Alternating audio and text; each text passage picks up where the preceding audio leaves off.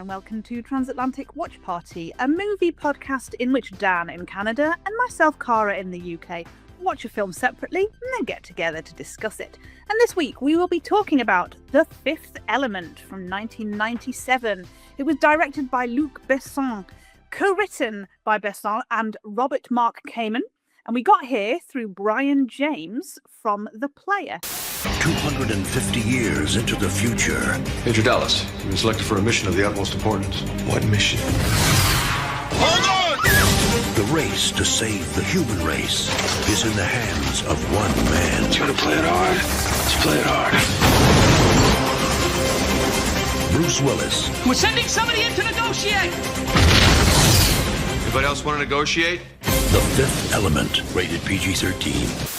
Also, to be noted, this was nominated for one Oscar in Best Sound Effects Editing back in the days when they used to have like a Best Sound Effects and a Best Sound Editing Oscar, in the same way that they had a Best Dramatic Score and a Best Comedy Musical Score, separate Oscars.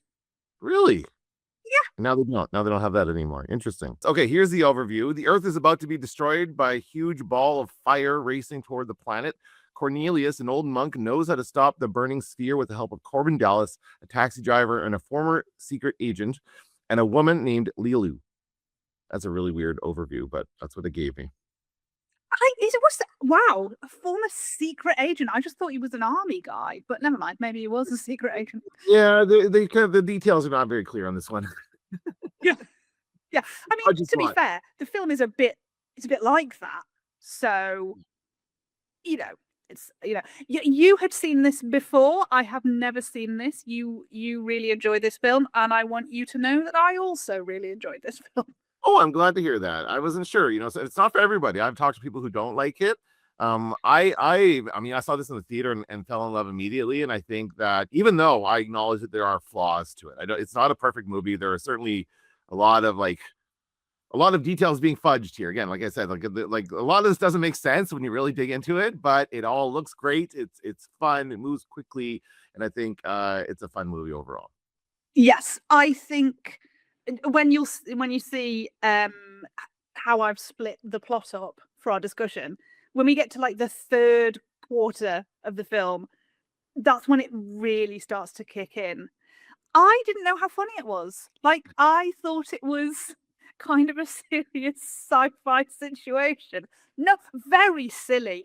And I like silly. I love Airplane and all that sort of stuff. So, and I love Monty Python. And I'm not saying this is the same, but it's definitely got some of that wacky, we don't really care about stuff. Like Besson talking about how he wanted it to be light and bright because most things in space were sort of dark and in small corridors. He wanted this to be very, bright. There are parts that are dark in the fog and stuff, but still, once we get onto the weird flying cruise ship situation, it's very gaudy and garish, and it's that whole bit. I just loved it. Great. That's awesome. Yeah, I enjoyed it as well. I think that it is slow to start. And as we get into it, I'll note that, the weakest part of the film, I think, is the beginning. But yeah, it just ends. And the ending actually isn't great, I would say. But we'll get into that too. Okay. Shall we go through the characters?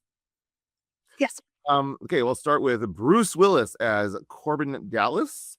Milla Jovovich as Lilu. She has a much longer name, but we're not going to get into that. I must admit, I was quite tempted to be really mean and write that whole thing out for you to read.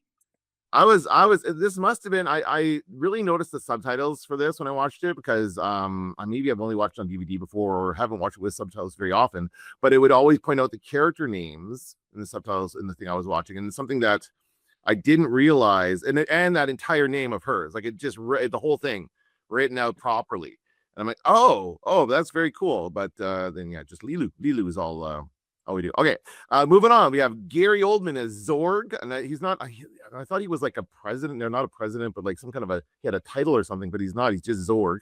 And then Brian James, of course, as General Monroe. I mean, Zorg does have a longer name. I just didn't put it in because we don't really see it, and it doesn't make any, It's his company name. Like Zorg Industries is what his company is called. Yeah, he's like a CEO, but he's not like a sir or a general or a major or anything like that. We also have Ian Holm, British icon, as Vito Cornelius, Chris Tucker as Ruby Rod, Luke Perry as Billy, small part but perfectly Bond. And then this is where we get into it. 3 bonus mentions. John Bluthal as Professor Piccoli. I loved him in this, and I was looking up where I knew him from, and it turned out it was The Vicar of Dibley, classic British sitcom. Lee Evans, brilliant British comedian. And here's the exciting bit. Alan Rusko plays one of the Mangalores. Is that what they're called? Yep.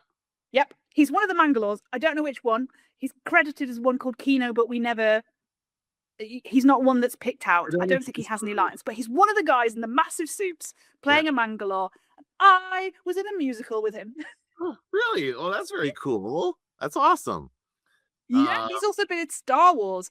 That's a very cool link for me, Alan Rusko. Nice. I also wanted to point out, I thought you kind of missed a couple people that I think we should mention. Tommy Tiny Lister as the president. President Lindbergh, I think his last name is. I loved him. And his name is Charlie Creed Miles as David. I love David as well. Also, brilliant British actor. Oh, yeah? Yeah. I've never seen him. Charlie Creed Miles was in a film 15 years ago or something called I think it's called Wild Bill. I think he's in that. He's fantastic. Yeah. I was very excited because I didn't know he was in it. And when he popped up, I was like, oh, there's so many. And like Chris Fairbank, I think is his name. He's the science dude who like recreates Lilu. Okay, yeah. He's a great British actor as well. So like we're very well represented in this film. I thought Must have been shot in England. It must have been shot there. Has to have been, right? With all those actors. Well, maybe, but they were all doing American accents, so yeah. The Fifth Element has arrived. Buy it now on video. When an ancient prophecy threatens to destroy our universe, It is evil, absolute evil. only the arrival of a supreme being The Fifth Element. can save our future.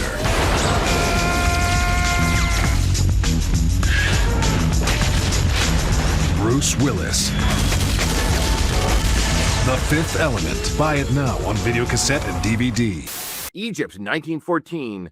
As a professor tries to translate some ancient writings in a temple, alien visitors arrive to remove the only weapon capable of defeating a great evil. Promising to return when the evil next emerges 300 years later, the great evil appears in deep space as a giant living fireball, and the Mondoshuans are attacked during their attempt to return the weapon to Earth. So this whole opening part takes place 300 years before the main story, and that's where we meet the professor, as you said, John Bluthal, and Luke Perry is Billy in this scene. And of course, we can't forget Aziz. I love Aziz. Aziz is the child whose job it is to hold the mirror as the professor is doing his whatever, brushing out the things and looking at his inscriptions. The kid's got to hold the light to reflect the sunlight into the temple, but he keeps falling asleep. I don't know how you can fall asleep like this over that thing, but he's like, Aziz light. And then Luke Perry's character Billy is like keeping track how many times he says Aziz light on this thing because he's so bored. And then while we're doing this really cool looking alien ship, and I'll just start. This is where I'll say I love the production design of this movie. All the aliens look so cool. All the ships look so cool. Everything looks like it just looks weird, but also like you would see in a movie like this. It's just completely original. So we have the Mondoshuans. I think that's how they say it, although it's not spelled that way. It's spelled Shawans. They show up. There's also this priest guy who was gonna kill them. Was he gonna kill them with that? He has this little. He puts some stuff in their water, and he's like, "Let's toast." And he pours it into their cups. Yes, because the professor is so close to discovering the secret of the fifth element. And the reason you didn't read out the title of this segment of the film, and I titled this segment The Fifth Element, because we get the full title of this film 9 minutes and 41 seconds in. Okay. In fact, the first time we get mention of a fifth element 4 minutes and 52 seconds in. I was like, that is incredible. So yes, he doesn't want he knows Billy's not paying attention because the professor keeps saying, Billy, I hope you're getting this. And we flick down and Billy's like drawing sailboats and, not doing anything that he's meant to be doing. So he's not worried about Billy. I don't think he's trying to kill Billy, but he's definitely, because we get all that classic, I've had just one more question. Oh, thanks for answering that. Oh, while we're here, and he's never like the priest is getting more and more stressed out that he's never going to drink it, and then he's like, "Well, let's cheers to this," and he goes, "Oh, you can't cheers with water," and throws it. It's very well done. And then he sends Billy for the grappa, and this is the first time I've ever noticed the label of that bottle, which is very nice, like artwork of a man, smiling man, something like that. But I'm like, oh, that looks like nice grappa to have. That's what you want to toast with. And then, of course, the aliens show up, and I didn't realize until this time around that they kill the professor when he shows up. Like, so the aliens come down, and the professor's like, "Oh, this is really cool." Like, I can't remember what he says. It's something funny, like, "I can't believe this." But the professor turns to them and says, "Are you German?" Right? Are you German? It's right, because this is like right before World War I, right? This is just as that all that stuff's getting going. So that, like, he's wondering if they're just Germans showing up. But then they do something to him, and he just kind of falls over. And I thought they just knocked him out, like, just they do their alien thingy where they knock him out. But then later on, when Billy wakes up and goes and checks on him, they say he killed the professor. So I guess the professor died. They killed him in that moment, which is pretty rough for the professor. And then they show up, and they're taking the fifth element and the stones. It was all there, right? We get this parallelism between the beginning and end of the movie, where we see the chamber. And it's all dusty and everything. They grab the 4 stones and put it in the case, special case just for those stones. And then they have looks like a sarcophagus almost with the head pointing up, and that is the fifth element that they are taking out of there. They're going to take it away and keep it safe until the evil comes back, and that's what the priest is worried about. He's like, we'll be able to defend ourselves. He's like, we'll come back. Don't worry, it's okay. Yeah, because they're worried that more and more people like the professor are going to start turning up, and eventually someone's going to get in there. Yeah. Can I just say, I wrote down Aziz, who can't keep the light because he's falling asleep, is my fave. I did also adore Aziz, and and the evil comes around every 5,000 years, and I was like, well, when is the next one then? And then they're like, nope, it'll be here in 300 years, and we will be back, baby. Here is your mission now. Pass your knowledge to the next priest as it was passed on to you. I will do as you command, but please hurry. You still have time. Time not important. Only life important. I love when evil is punctual, right? Like, just like every 5,000 years on clockwork, they're going to show up, do something, and then go away again. I don't know. You have to vanquish it. You have your one chance to vanquish the evil. It's a very classic kind of storytelling trope, right? You don't see it that much anymore. This is kind of like, it feels like actually the Dark Crystal, which I watched recently with my son, and that has a very similar thing with when the suns all line up and they shine on the Dark Crystal is when the thing happens that they're trying to prevent. Anyway, so then we jump to the future, and we're 300 years later, and we have spaceships. They look like they're military ships. They look like very cool kind of battleship looking things. And everything, what I love about this future is that everything is just weird. It's just so, everything's just like, they clearly wanted to make the future that felt really off. And like everything's just a little, I don't know. It makes you feel uncomfortable almost, something about it. Something with the design of the clothing and I don't know. I just like it. I like the way this feels. It feels completely different from any other movie I've ever seen. I think the thing that I like about it is sort of one of my favorite, reading novels, my favorite kind of novel is where it's a world that we recognize, but it's like 10 degrees off. Yeah. Like, so you recognize it, but some things about it are weird. And that's kind of what this felt like to me. It was, everything was recognizable, the buildings and New York and, living in a tiny, tiny apartment and all that sort of stuff. That's very recognizable, but it's all just slightly unrecognizable. And so that makes it kind of uncanny. And I like that. Okay, that's what I was looking for. Yeah, that's what it feels like. And so we have the situation where it's a ball of fire, but also can solidify into a solid rock. Like, it's very unclear what this is, and that's like the major flaw in this movie, is that they never explain what this great evil is, where it comes from, what it will do. It clearly has an intelligence because it does get in touch with Zorg later on. They can make phone calls. Make phone calls, yes. So, like, but again, very unclear where it comes from. All they know is how to stop it. That's what becomes clear. So they go, they investigate it, they try shooting it, of course, and it gets bigger when they shoot at it. So let's shoot at it again. It gets bigger again. Like, let's go do the biggest one we got. It doesn't work.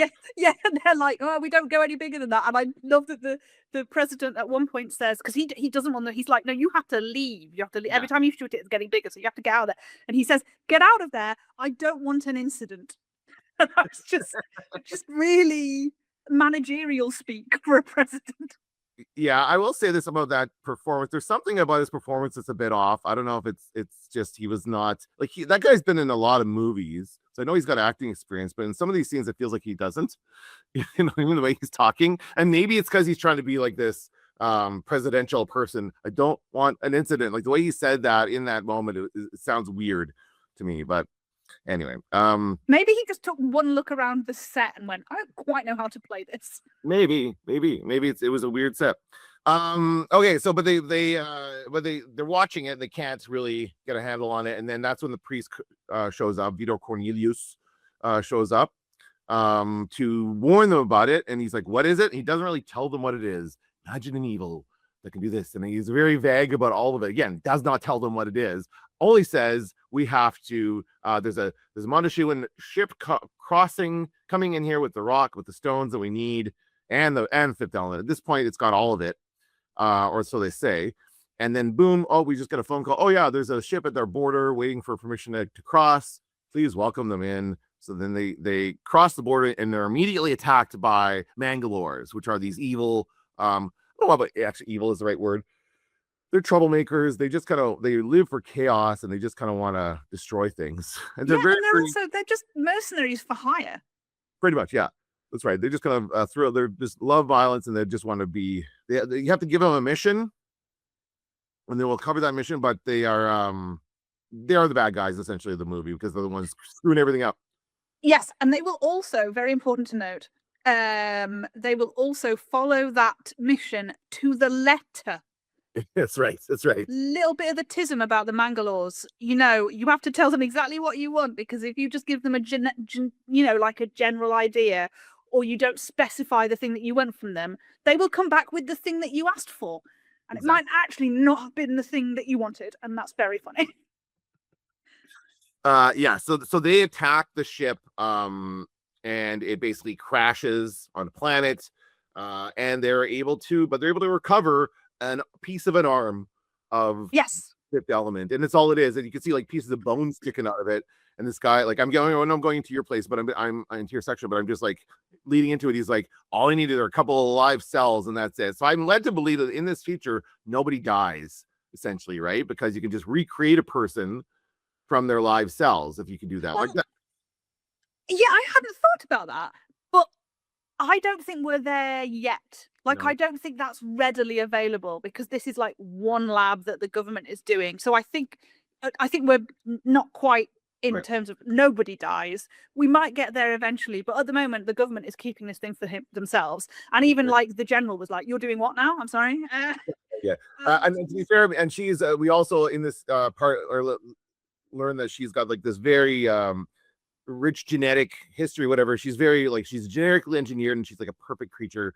So maybe it's easier to do with her because of the way her DNA is than a regular person. Maybe that's true anyway. But yeah, that leads into your section. Yeah. Can I just say about that before we go on? I didn't realize that what they had was like the armored hand of the fifth element. I thought they had just an armored hand of a Mondoshuan. And so when they were like, we're going to recreate it, I thought they were going to recreate a Mondoshuan so that they could sort of get information from them. So then I was like, is the fifth element just every Mondoshuan? Like, I just got very confused, but it was her hand to begin with. That makes so much more sense. It's the hand from that thing that they bring in at the beginning, right? Which looks like it's like a person going like this. It's like with their hand up, but the hand is on that part of the sarcophagus. So that's brought in. So Yeah, I mean, I thought it was a hand on like a steering thing yeah, from I the ship. So agree. It's uh, confusing moments. I yeah, remember. I missed that. So second section, meet Lilu. The government manages to reverse engineer the fifth element, who makes her escape, crashing into Corbin Dallas's cab. After evading the police, the element asks to be taken to Vito Cornelius. Meanwhile, Zorg meets with the Mangalores in order to trade weapons for the stones they stole from the Mondashewans. When they are recreating her, the faces, well, in particular, the general's face, Brian James, once she is recreated and she is naked in this, chamber. And he goes, I'd like to take some pictures, for whatever purposes. I can't remember what he says. And I just wrote down, I bet you fucking do. And I was like, oh God, this is just going to be gross, isn't it? It's just going to be gross the whole time. And then they put on those bandages, which do not form in the way her outfit that is later. They put like 4 bandages over her, and then like she gets up and it's not that. I found that very annoying. But like the first thing she does is punches out of her enclosure, and I thought had punched like through the stomach of the general. I thought she'd killed him, and then he came back later and I was disappointed. But that was the first thing she did, and I wrote, I like her already. Like, do not be creepy about me. I'll finish you. Yeah, and he's got a bit of attitude, right? Where he's like, if you better like, and she's done nothing. She's woken up disoriented in a strange place. She doesn't know what's happened. And he's like knocking on there going, you gotta be not good, or whatever he says. It's like, dude, why are you being such a jerk? Like, I don't know why he has to do that. Like that, He right? says to her, in a language she does not know, you need to up your communication skills. A, she doesn't know what that means. B, she can't because she doesn't know your language. You're just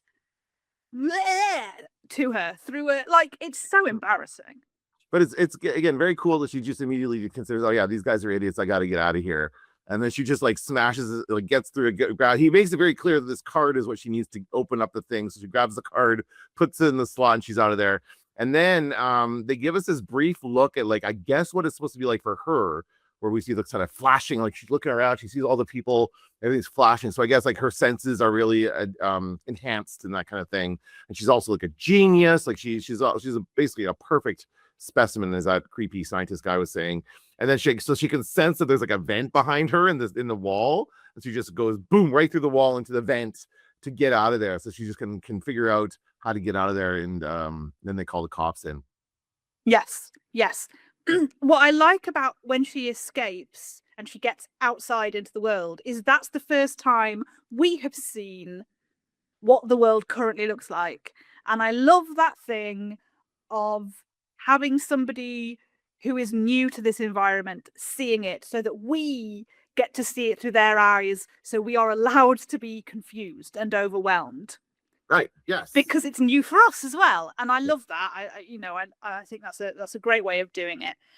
And the police are coming for her, and so and there's all these flying cars, and she just takes a dive off the building because she's a goddess, whatever. I don't know, but she's definitely harmable.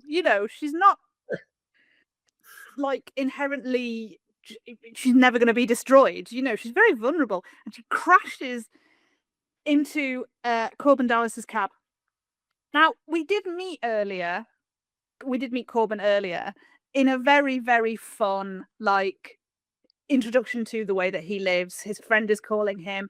He's obviously got points on his license, or like they count down the point. And he's like, I've got 50 left. And then as he gets into his cab, they're like, you have 5 points left. And he's got a cat, and he's got this very, very small apartment with a bed that like slides under the thing that's wrapped in plastic. And it's, it's the way the world is. And then he opens his door, and you see like the corridor that he's going to walk out into. But then it goes, ha ha, and it's a man wearing it on his hat, and he's like, "Give me all your money."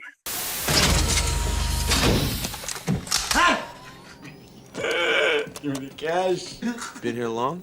Yeah, long enough. Come on, give me the cash. Is that a Z140? Alleviated titanium. Newer charge assault model. Yeah. Good thing for me it's not loaded.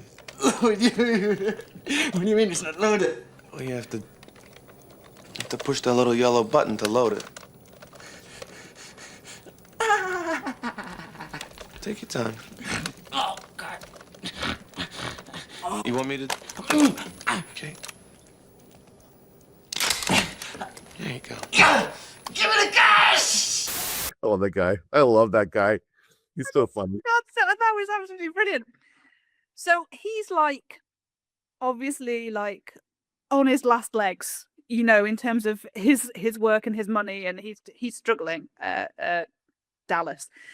She falls into his cab, and immediately he gets the cab voice going, "You have been in an accident." And he's like, "Yeah, no shit." And he immediately loses 4 more points. So he's only got 1 point left. And he is fully on board with handing her over to the police.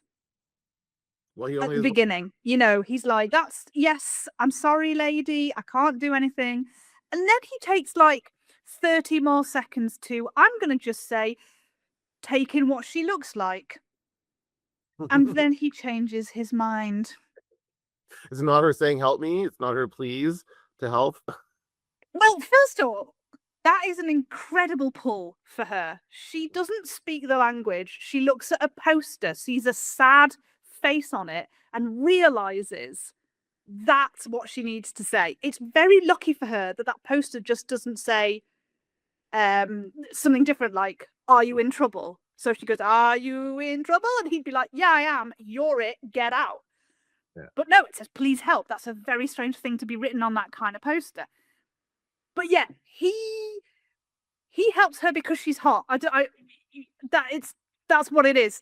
He helps her because she's hot, and there's no denying that she's hot. But that's why he helps. And so as he's driving off from the police, he like going on the run with her. He says, "This is so stupid." And I wrote down, yes, this is stupid. Because it is. It's very reductive of that poor woman, and I don't like it. Well, at least he saves her. There's a moment when she's escaping. Just want to touch on this. She where the cops kind of come out. And by the way, the cops, similar to the cops in Hotel Artemis, in that they don't have individual like lights, but they have very like big get-ups and helmets and stuff. The cops in this movie are like soldiers basically. And the way this film casually treats police actions, like whenever things get locked down, and it happens a couple times, like people just accept it. That's why when they're going to take her out of there, he's like, "There's nothing I can do." They're used to giving in to the police. This is a part of life where these people just, police show up, you just do what they want. That's the best way to get rid of them. Can't remember where I was going with that. You were saying that as she's escaping, something she did, I think you were about to talk about. Oh yeah, she's in the tunnel. She's going down the tunnel, and the guy's like, "Come back here. Does she understand English?" or something like that. And she like looks at him, and then she's like, "No." She just walks. So she's like, she doesn't understand, and she just like casually walks along the edge of the building, like no big deal. Like she isn't thousands of feet in the air. And then she dives off. And I honestly think she knows. She can like. She could tell somehow that he's driving and that she could drop into it. Or she knows that given all the cars swooping around, she's going to hit something before she hits the ground. Yes. Just like she's playing. Just as likely that would kill her. Also, I enjoyed that when the police pull up, you know, when she's standing on the ledge of the building, she puts her arms up in the air. But even before they've told her to, which she wouldn't understand anyway, but I like that that's sort of a universal language of like, "Don't shoot me." That's wherever you're from. That's like, I've got nothing in my hands. I'm no threat to you. That's right. Okay, so then they go on this whole chase thing. I'm not really into chases, but this is quite a fun one. And also it involves the moment where the police are at McDonald's and they're getting their food and stuff. and he's like, they get called into the chase, and he's like, they can wait 2 minutes. I want my burger or whatever. And then the car, Dallas's cab, goes zooming past him, and he just ends up with, you know, his Coke in his face and all that sort of stuff. It's very silly, and I really enjoyed it. And they go and they are zigzagging all over the place, and they're avoiding everyone. And she's like trying to give him instructions, and he says, I only speak 2 languages, English and bad English, which is a very good line. Yeah. And then they go and they hide in the fog, which is very smart, because they can't, you know, way down, because the oceans have dropped, you know, so far down. And so they go and hide down, and there's all this fog, and they can't be seen, and they can't be found by the police. And he notices that she's really out of it in the back of his cab, so he like slides down back to her, because the cab is up like this, and she says, Vito Cornelius, she goes, priest Vito Cornelius, and then like passes out. And he takes her to Vito's place, and when Vito opens the door, he's like standing there with this woman in his arms in like this weird outfit, but it is white. And Vito immediately goes, weddings, you want downer floors. like this happens to him all the time, just men turning up with unconscious women. And he's like, you clearly want to marry that woman. Well, sir, I don't think you should allow it. I think you should go, sir, put that woman down. I'll look after her. And how about you piss off? But anyway, they get it all sorted out. He lies her down on the sofa. Vito's very excited because he figures out what she is, and he goes back to his room, and he's looking for a fancier garb to wear to meet the fifth element when she wakes up. And Corbin Dallas decides that because Vito Cornelius has said to him, wake her gently, he decides that the way to do this is to kiss her. And I wrote down in all caps, don't fucking kiss her. And then immediately there is a gun to his head, and I wrote down, oh, I really like her. Yeah, immediately, right? You immediately love Lilu because of that, because her first thing is to like defend her honor. Go ahead. Yeah, she does not take shit from these men who are trying to like sexualize her. That's great.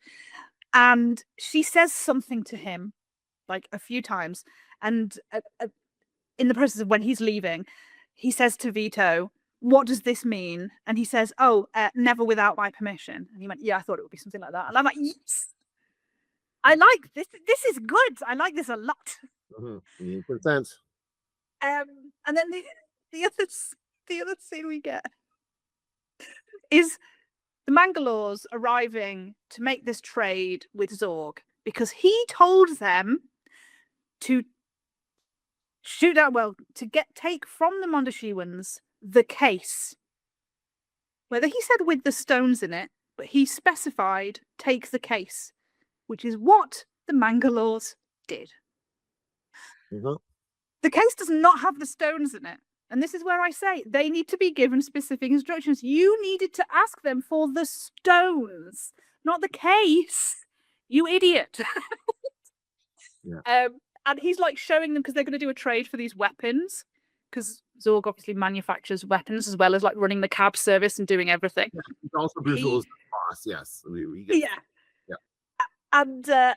And he's like, oh, the weapon does this and that, and if you press this button, it does this and that and the other, and he shows it all, and it's really funny. And then as he's like, he said, well, you didn't give me what I want, but we will give you 1 crate of the weapons as a sign of, good honor, and you can try again. And he says any normal person buying his weapons would have asked what the little red button on the bottom does. And then you flick back to the Mangalores, and one of them goes, presses the red button, and everything explodes. It's like a really bad button to put on your gun. Like, why would you put a button on it that just explodes the gun? For exactly this reason. Because I guess so, yeah. He was thinking, obviously, that even if he had got the stones, he wouldn't want to keep running into these guys. So he would give them a weapon that they would eventually go, oh, I wonder what this does, and then they would, they'd all be dead, and he wouldn't have to deal with them again. Wouldn't have to pay them any more money. You got a message. Yeah. Not gonna open it could be important. Yeah. Like the last two I got were important. First one was from my wife. Told me she's leaving. Second was from my lawyer, telling me he was leaving with my wife. That is bad luck. But grandfather say it never rain every day. This is good news, guarantee. I bet you lunch. Okay.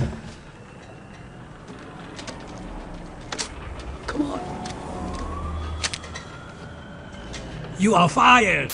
I will say this movie, I think, does flying cars better than other movies. Like other movie that's known for flying cars, I guess, is Back to the Future 2, where you don't really see much of that. You just see they're flying in the rain and there's not much else. Whereas this movie shows like what like traffic with flying cars would be like in New York City, right? And there's levels of like flying cars. I can't even imagine what this would be like to drive in.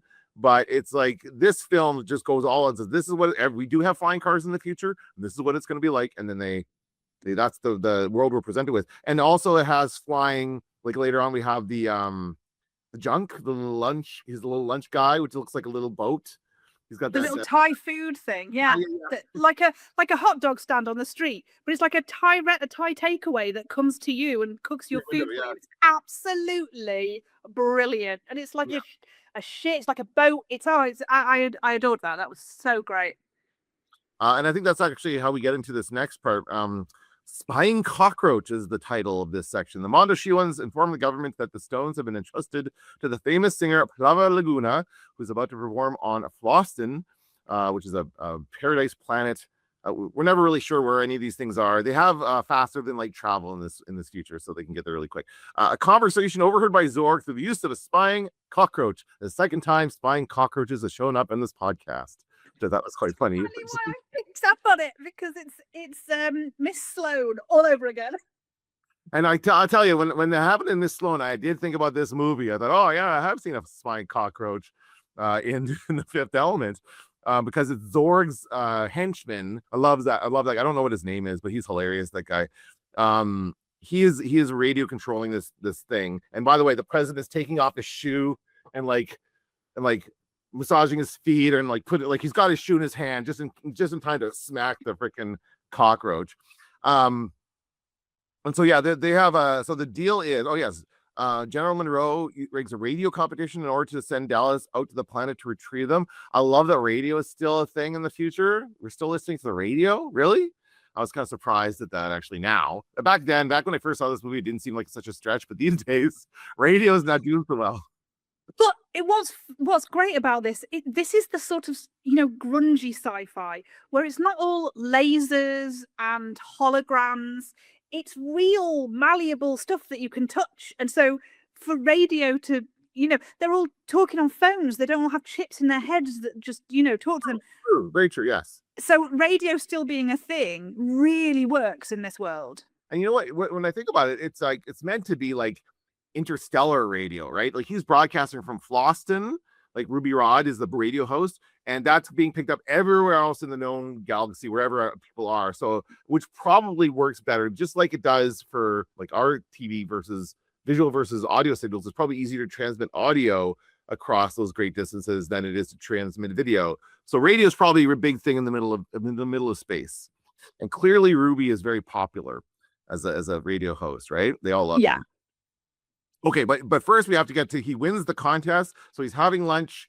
No, the first letter he gets is actually from Zorg Industries saying he's been fired because Zorg, again, it's one of the throwaway conversations he's having with one of his minions where he's like, fire 1 million. He's like, we just need to fire 500,000 people. He's like, no, fire 1 million. I just want to be that much of a jerk and then fire 1 million people. So Corbin Dallas is one of the 1 million people fired from the cab company, which is fine because he trashed his cab and never did bring it in for the tune-up or whatever it needed. Yeah, the tune-up that was going to take 6 months. Like, what was he going to do in that 6 months? No, I think what that meant was you have to bring it in every 6 months. It's time for your 6 month. Every 6 months you have to bring it in to get checked to make sure it's still good. Okay, yes, that makes so much more sense. I don't know why I misunderstood that in the way I did. It's funny. But then he gets a call from his mom, and we get introduced to Corbin's mom, who is just a voice on the phone, who I guess is supposed to be like a naggy kind of mother. He never calls. He never does, like kind of a stereotypical, what are you doing? And the mom's talking about him winning this contest, and he has no idea what she's talking about. Nobody's told him anything. cue the next mail that's coming in. He's got a mail and somebody at the door.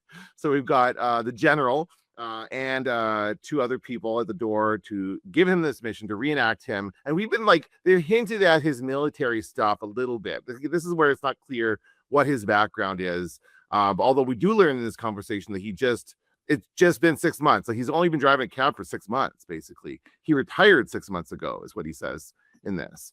So yeah, and then he's supposed to take his cabin for the 6-month checkup. So he's only been doing this for a short time. And he's obviously really good at it. I don't know. All the points on his license in that time. He's not a good cab driver, but he is a good soldier, or whatever he is, because they talk about all his accolades. They said you're the only one with all the knowledge needed to do this, and they have this big long list of the equipment and things that he needs to know, and he knows all of that. So that he is the right person for this job. And the mission is they set him up, they rigged the contest so that he is going to go to the hotel, which is a spaceship in orbit, and meet the diva, meet Clara Laguna, and get the stones from her. Again, I don't know why this has to be like a secret mission, though. I just can't they just send anybody there to meet her and get them? But I guess they're worried about more attacks from the Mangalores and those other people.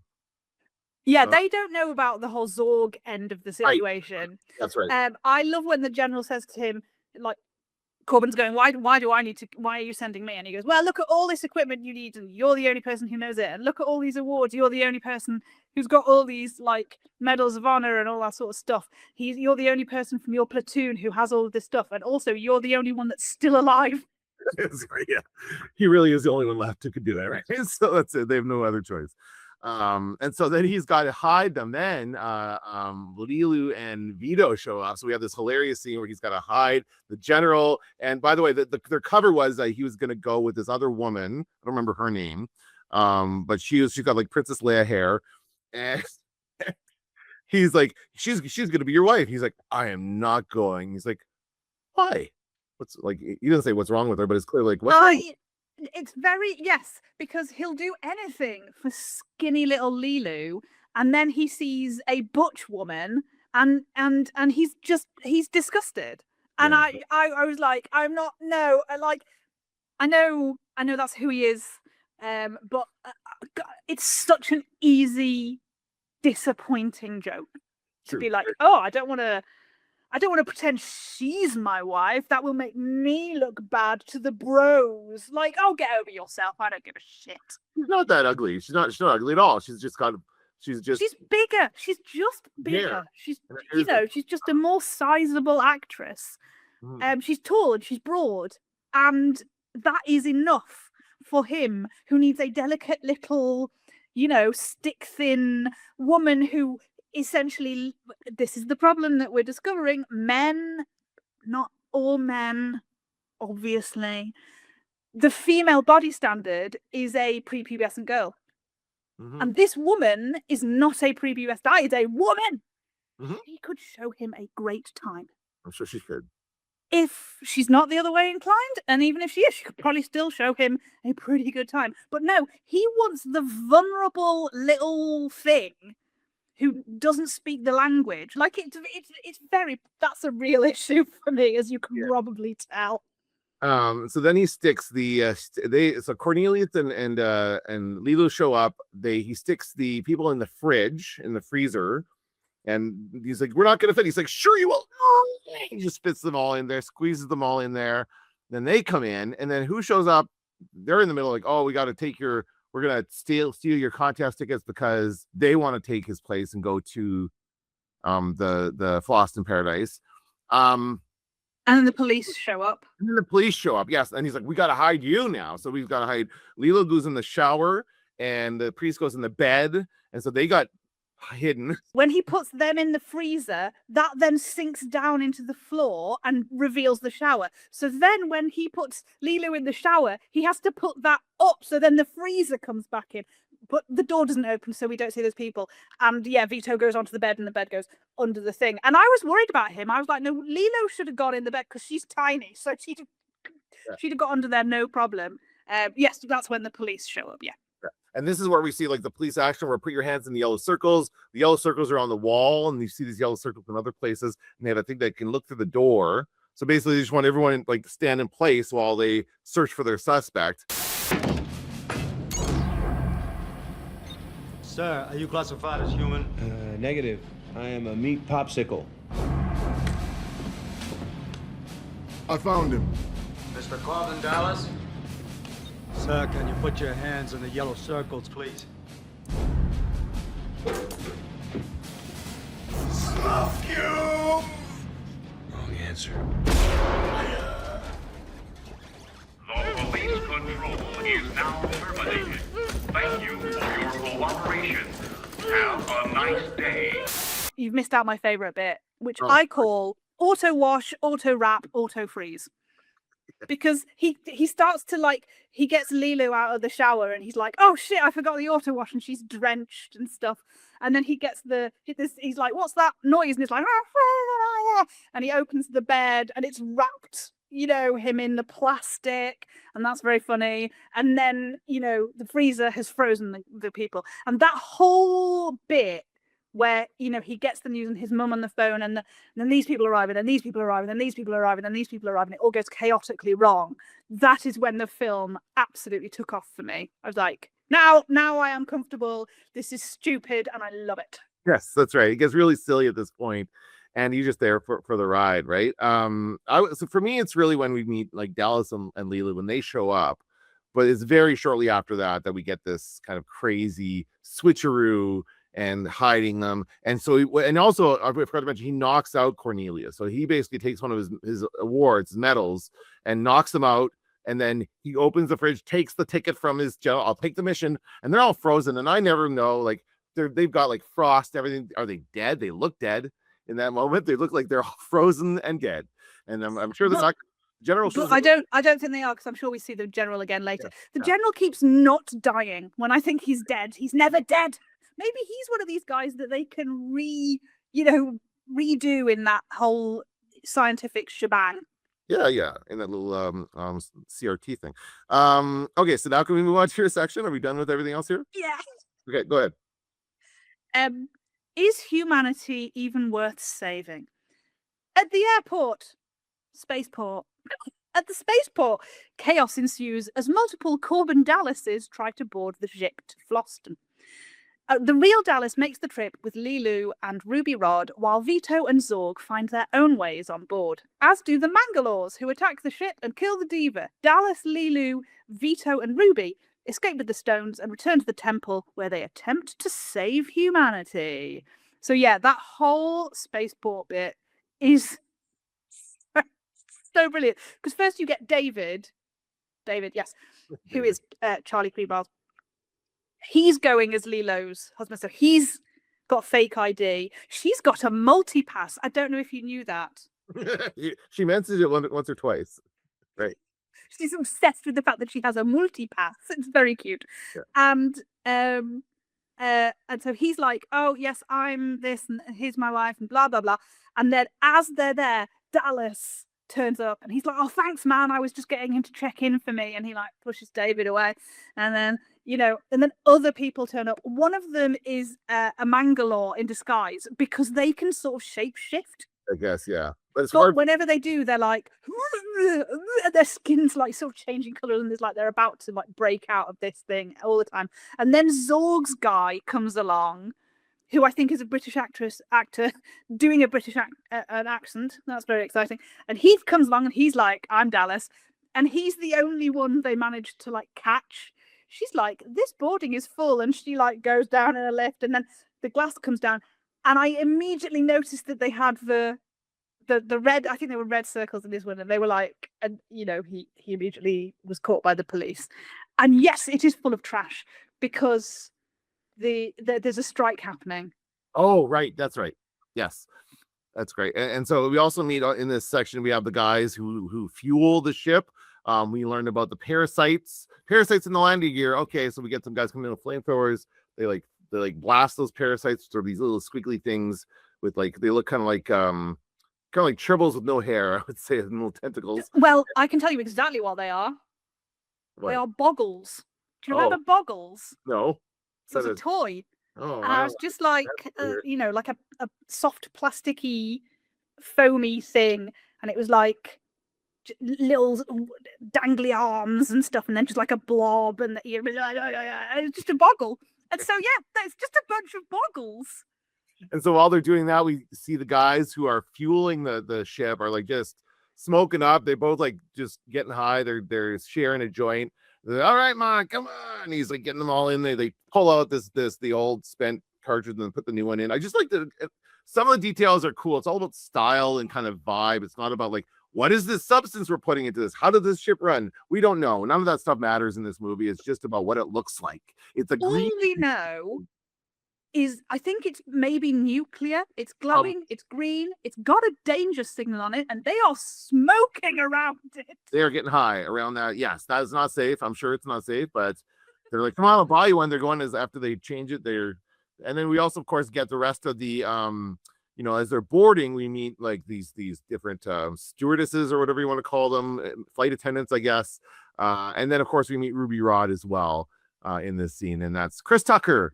And the first thing I've ever seen him in. I'd never seen Chris Tucker before this, and I loved him immediately as soon as I saw this role. Chris Tucker turned up, and I had to turn the subtitles on. Yeah, for sure. And it helps. I think he is mind-blowing in this. I genuinely adore him in this.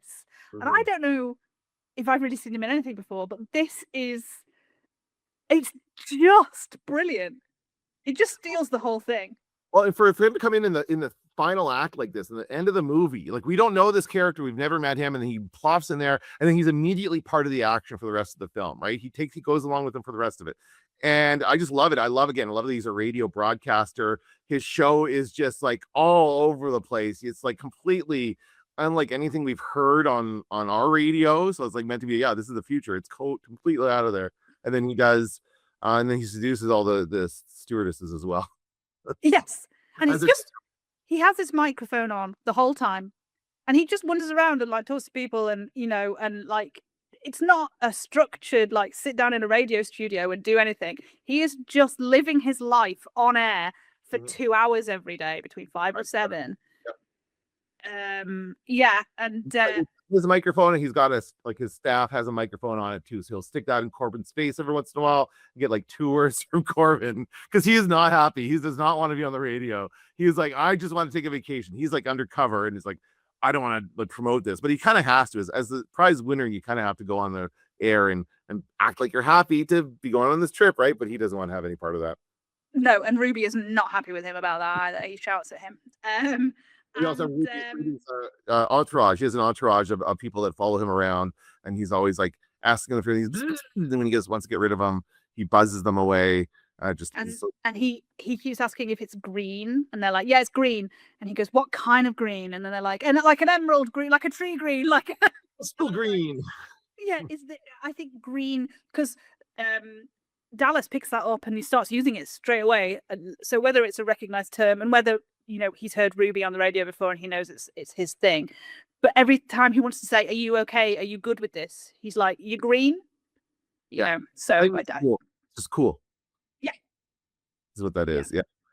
So and then we turn up and we're at the hotel, and that is where we meet Lee Evans, and I get very excited.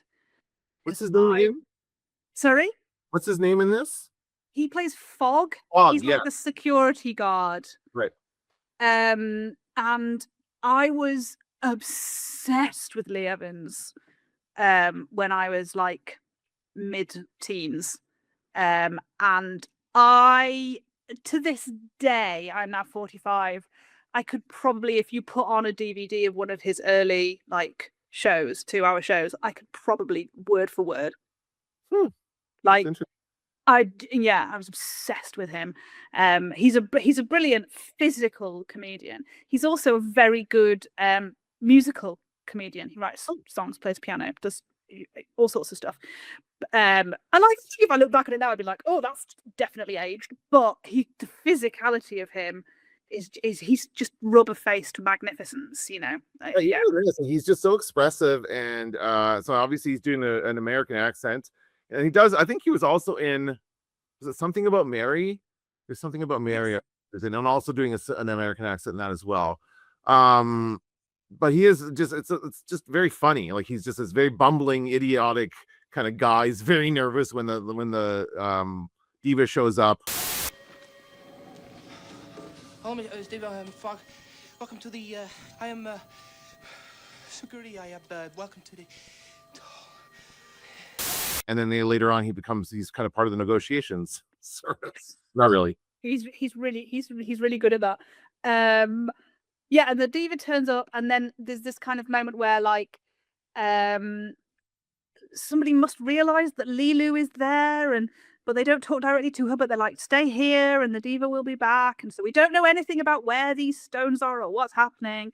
And then we find out that Zorg has like docked his ship on board this ship for like maintenance, and they're like, oh, you can have an hour, and he's like, that's way more than I'll need. And he goes up to the diva's room and he searches it, and this is where Lilu gets to use her newly acquired martial arts skills, because she's been like watching videos on the computer, and she's picked up martial arts, and he defeats her.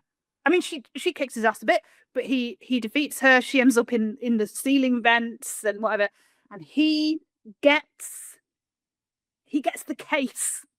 He gets the case again. He has a case. And does he open the case before he leaves? He does not open it up. He does not check inside before he grabs. So he once again he takes the case back to his ship, and he sits down with it, and he's like giggling gleefully, and then he opens the case and it turns into sobbing, and he just goes, they're not in there. Oh, of course not, because you're an idiot and you need to look in the case.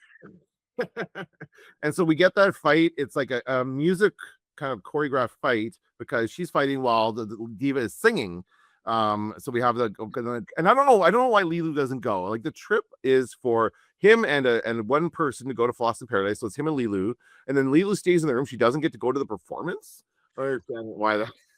There's no seat for her, which is weird. Yeah. But I think she would have said, I'm not going anyway, because she gets that message from the diva saying, stay here.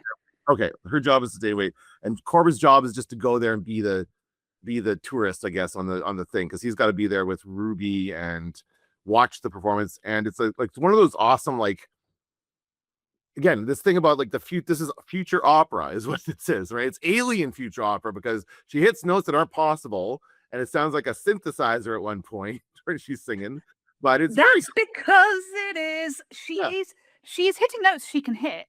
What she can't do is hit them at the speed they require. So that is when she sang the notes individually and they put them into a run for her. Okay. But other than that, because the opening is a legit operatic piece, and then the sort of dance beat comes in and she starts doing the more staccato stuff that she's doing. But that is an opera singer. It's not the actress, different woman. That is an opera singer doing that singing. She's great. And the minute the other woman started, I was like, "Oh, this isn't her." These are pulling opera face. That's the voice. That's the face she thinks you pull when you're singing opera. Oh, okay. I didn't realize there was such a thing as opera face. That's funny. Okay, so then during the performance, of course, the Mangalores bust in there. They shoot up the place. They shoot her. And then so Corbin's got to kind of grab her, take her down, and he's saving her. He's explaining to her who he is, and that he's there to get the stones. And then we learn that the stones are in her. And I thought it was going to be like when I first watched this, I'm like, is this like a riddle? Is there something like she's got to figure out, like there's another place? But no, they're literally inside her. Like literally he reaches into her in the hole created by the bullets, I assume. When they shot her, he reaches into her and pulls out these, I want to say like 1 foot long pieces of stone. Right? Like, how were they all inside her? And how was she going to give them to Lilu afterwards is my question. Like, what was going on there?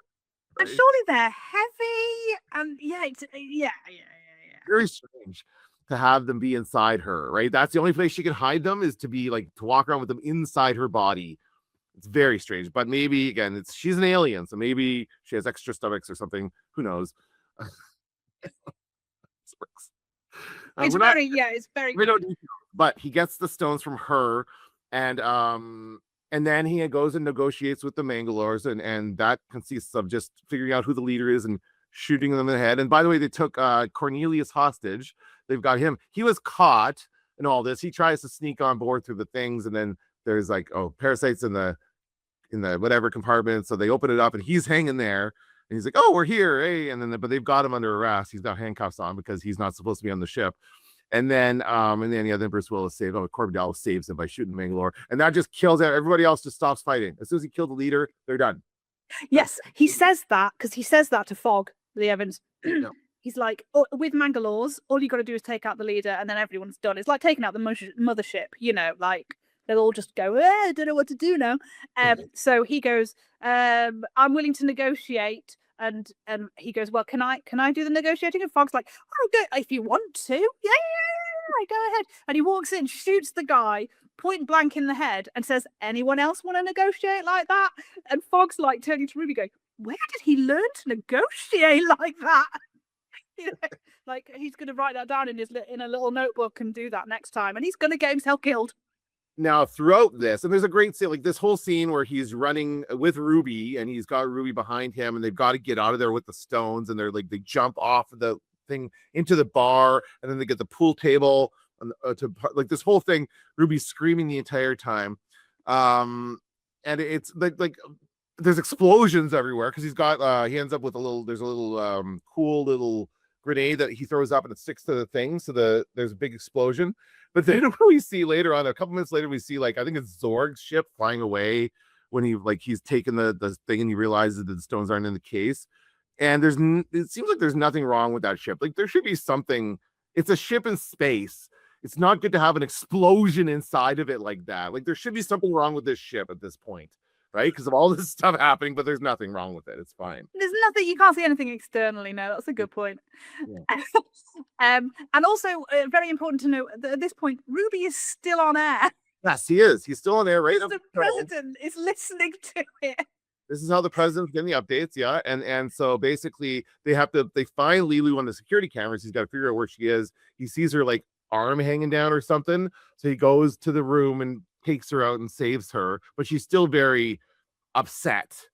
Like, I don't know how much she's physically hurt. She's emotionally exhausted, and she's just done. Like, she's so upset about everything. Quite rightly. Well, and then she's they're talking. This is when they get on the ship to leave, and they have to go back to Earth, right? They have to go take the fifth element and the stones back to Earth, back to the temple, so they can line it all, do what they were going to do at the beginning, and line it up to defeat the evil. And so they're on the ship, and they're talking about her education. She's like, "Oh, what have you learned about?" And she's like, "Oh, I got up to V." It's there's some very good words in V. Can't remember what he says. Valiant, honorable, that kind of stuff. And then she goes and she looks up W, and then she immediately goes to war. Right, her first thing she looks up is war, and she sees all of the war, all the horrible things that humans have done over the last thousands of years that we've been around. And she's like, "What's the point? Why would I want to save any of it?" That's kind of from this point now. Yeah, I literally wrote down, Lilo looks at war, maybe she'll realize humanity isn't worth saving. That I immediately went, oh, this is where we're going now. This is interesting. A couple more things happen on the ship though. First of all, everyone is being evacuated, and the signs of where they need to go are on the floor. There's big arrows on the floor. I hate that. They do that on roads over here. So you're driving in traffic, full on traffic. You can't see the road. And then you pull up to a junction, and there's 3 lanes, and you don't know which lane you're meant to be in. That's because the arrows are on the fucking floor, which you can't see because there's glass over it. Anyway, that drove me mad. But also, Zorg goes back because he realizes he doesn't have the stones, and he arrives and he sees there is a bomb on the door, and he puts a little card in it and he stops that bomb with 5 seconds to go.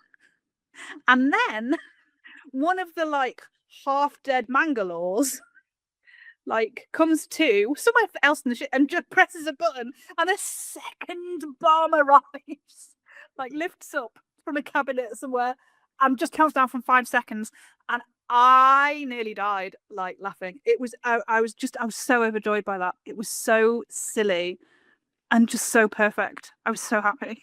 Yeah, it was a great end for Zorg because he's just an idiot. And that was his bomb. He had set the bomb to go off to kill everybody as he left with the stones. And then he has to go back and he has to get it to defuse it or whatever. But then, of course, the Mangalores brought a bomb with them because they would. And they blew up the ship anybody. I assume everybody got off safely. I'm just going to assume that. Not a bunch of...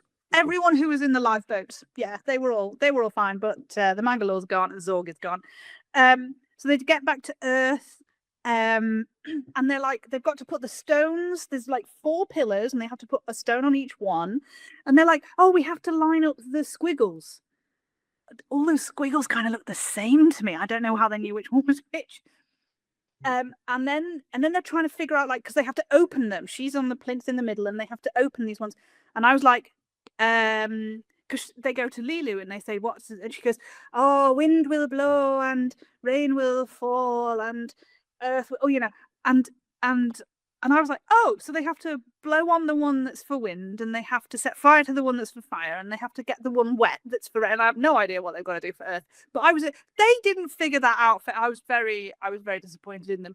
And the only way they realise it is because David's got the one. They're all standing next to one each, and David's got the wind one, and he goes, open, like he's trying to figure it out. He's trying to press things, and then he just goes. And it opens because he blew at it. Yeah, he saw it already. They figure it out. Think mine is broken, huh? Well, I gotta get the broke one.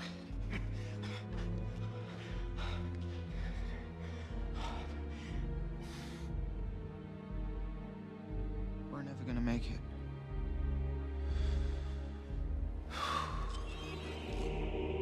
Corbin, it moved. What'd you do? Show me what you did. Nothing. Show me what you did.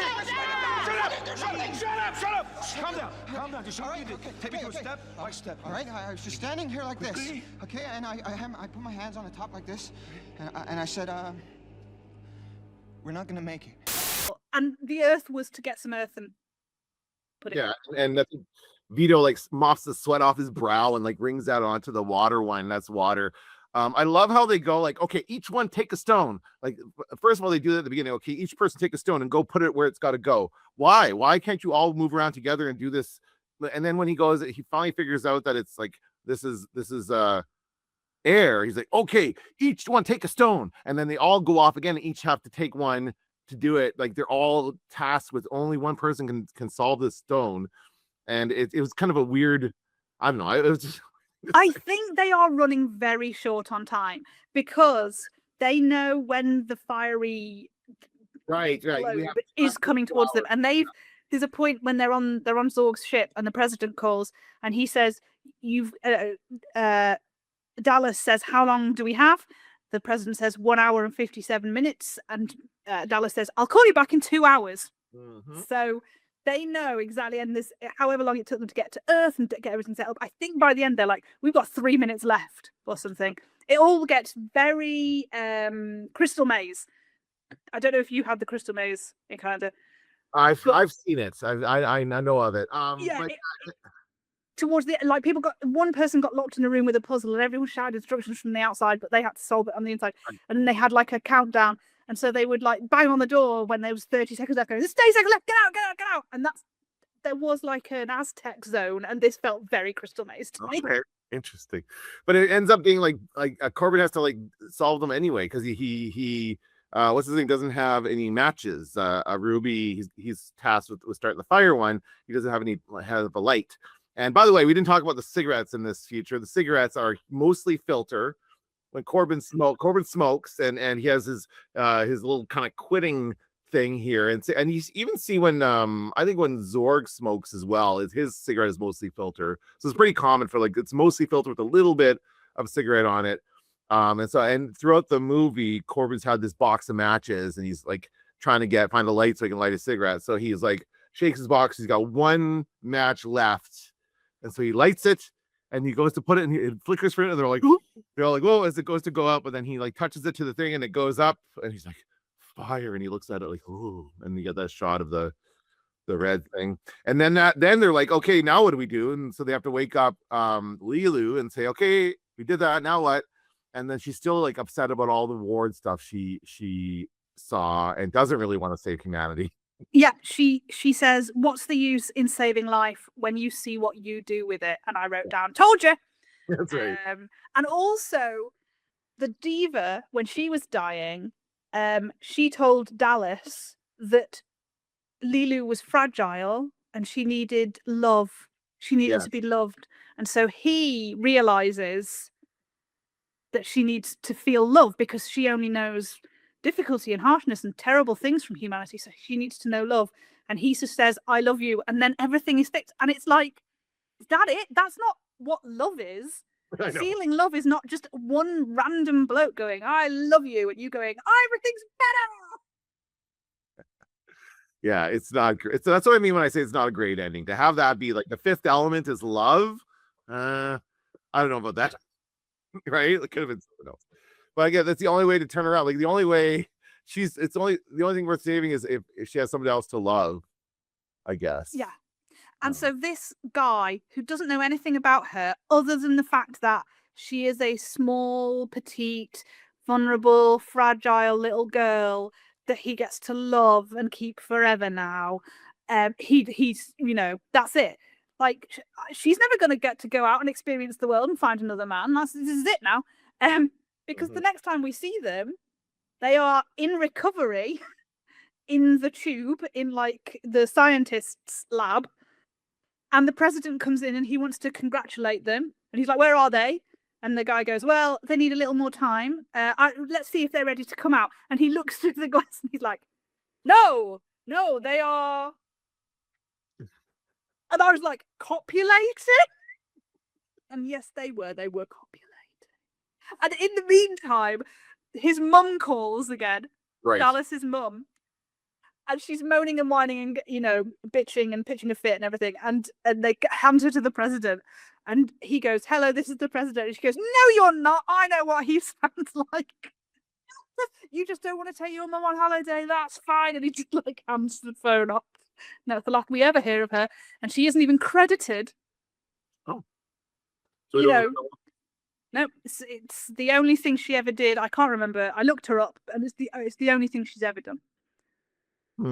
Interesting. I just looked up the age gap between Bruce Willis and Milla Jovovich, and it's 20 years. They're 20 years apart. So when do you know how old she was when they filmed it? 21. She was 21 and he was 41. Gross. Nice. Lovely. Gets better. It just gets better. But like, and I mean, I know I'm of a certain age and anyway, and I grew up with Bruce Willis, and Bruce Willis is just, he's just wisecracking, like, fun arsehole, like, I get it. He's like, Die Hard. Mm-hmm. He's terrible to that wife of his, he's useless, but I can see what you're saying back at the end, because he's just, he's that kind of guy. But yeah, no, that doesn't thrill me. Yeah, and apparently I remember hearing a long time ago that he took a pay cut for this one because he really wanted to do it. He didn't get paid whatever he was supposed to get paid. Yes, because it's a French film. Yeah. So they don't have the same rates. Right. And apparently Besson wanted Mel Gibson. And Mel Gibson kind of strung him along, kind of going, oh, I'd love to do it, but I don't know if I have time. And then eventually he said, no, I definitely can't do it. So then he went to Bruce Willis. And Bruce was like, I'm not doing, and he said, okay, well, give me the script and maybe we can sort something out if I like the script. And he did. Gary Oldman, on the other hand, does not like this film. Oh. And he only did it because Besson helped him produce Nil by Mouth. So he was filming Nil by Mouth and he took like a few months off, went off and did this one, then came back and finished Nil by Mouth. And then he was in Cannes with like both films. I think he won in Cannes for Nil by Mouth. And I might be wrong about that. But so he was doing both films, and so he did all the press because he owes Nil by Mouth to Besson. So he was like, I will do anything for you. I will be in this absolutely ridiculous film, and I will give it my all, and I will chew all of the scenery that you want me to chew, and I will do all of the press in Cannes, and I will sell this film big time. And then, like, 10 years down the line, people will go, oh, so, do you like the film? And he's like, no, I can't stand it. And I just did it. I was just singing for my supper, he says. That's funny. I didn't know that. It's interesting.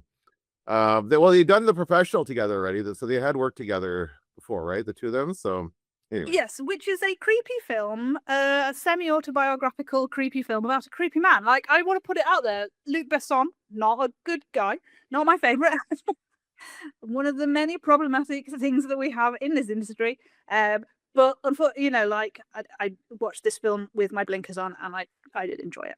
And I gave it 4 stars on Letterboxd. Awesome. I give it 4.5 because it is one of my favorite films. I watch it like not every year, every couple of years. It is something that I will rewatch quite frequently, and I quote quite a lot. Whenever I'm making chicken, I say chicken good, and then I do that when she's making chicken, and I will. I don't. So much chicken. Yeah, it's a lot of chicken. I love it though. Again, that's one of my favorite things. She has these little pills. She just puts the pills in, and then it's kind of like the pizza in Back to the Future Part 2, where it instantly makes the food. We do not have that technology yet. I cannot wait for that to exist. Oh my god, that will be such a lifesaver for me. That would be amazing. So do you want to know where I'm taking us next? Yeah, lots of possibilities. So many. I was very tempted, even though I knew it would be something you'd probably seen many times. I was very tempted to go through Chris Fairbank to Batman, 1989's Batman. Oh. Because I don't know if I've seen it. I'm not sure. I think I might have seen Batman Returns, like the one with the penguin in it, but I'm not sure I've seen the Jack Nicholson, the original. Bruce Willis is obviously like 12 Monkeys, Looper, which I love, which I would happily watch again, whole 9 yards. John Bluthal, who plays the Professor, he was in Hail Caesar, which would have taken us back to relatively now times, but also quite similar to The Player, I think, because it's about the Hollywood system and a fixer in Hollywood and kind of a murder mystery, maybe, somebody's dead and they want to know how it happened.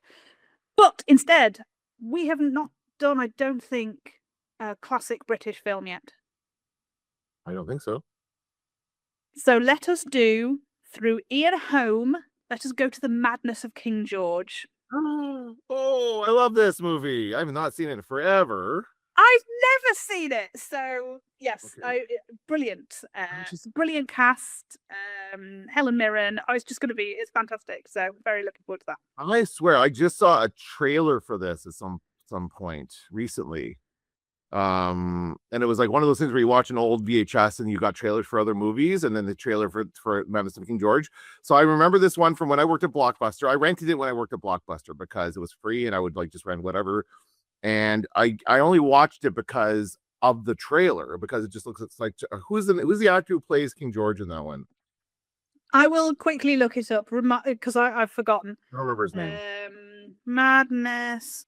Oh, it's Nigel Hawthorne. Yeah. I see this picture of him running around in his nightshirt. Like that's the iconic. There's the poster. Yeah. Right. Yeah. So I'm excited. This is a good one.